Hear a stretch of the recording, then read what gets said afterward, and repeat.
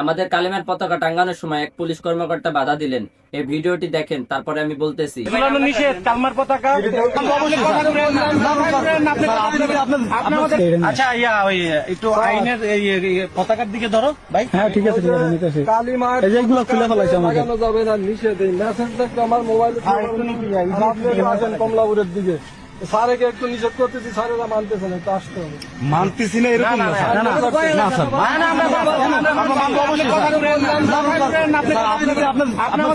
জানালেন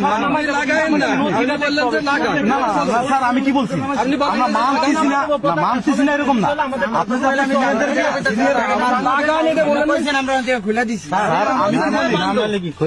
আমি বলি না, আপনি তো দেখছেন সম্পূর্ণ ছিল। উল্টা হয়েছে ভাই। এটা কি ঝুলানো নিষেধ কালমার পতাকা?